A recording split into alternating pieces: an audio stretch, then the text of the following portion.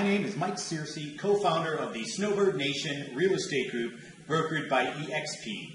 And welcome to another edition of Drinking Through the Quarantine. You might remember, of course, that we mentioned last time, that alcohol sales in the time of people spending much more time at home, whether it's ordered or not, alcohol sales have gone up over 50%. That means there's an awful lot of people with alcohol at home and may or may not want some direction on what to do with it. So we've been going over some of the simple drinks to do. We've already done a mimosa, and we've already looked at the rum and coke, a little bit of the history and the creation behind it.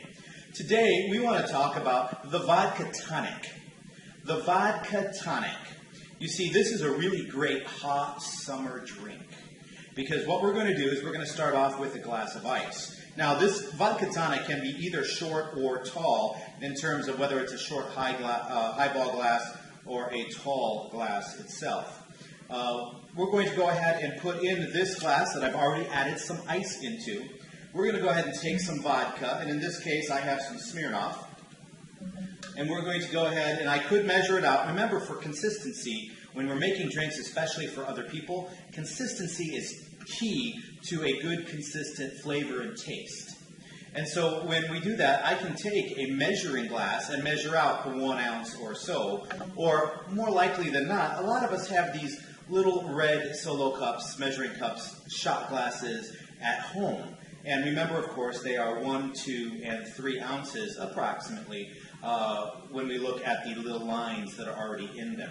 So I'm going to go ahead and take this and pour just a little bit, between 1 and 2 ounces right here. Again, when you get really well practiced, a good quick pour, and you'll learn how to pour almost exactly an ounce as well. It takes a little bit of practice to do that. So we're going to take 1 ounce to 2.5, 1 to 2 ounces, so it's between 1 and 2, so about 1.5 ounces of vodka, and we're going to put it in the glass over the ice and kind of move it all over the ice. Then what we're going to do, somewhere between 3 and 5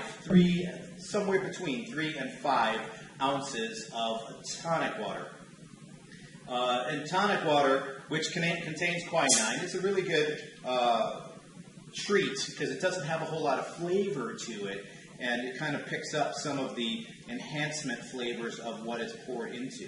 So 3 to 5 ounces of tonic water, hence the vodka and tonic. Now, here's a key.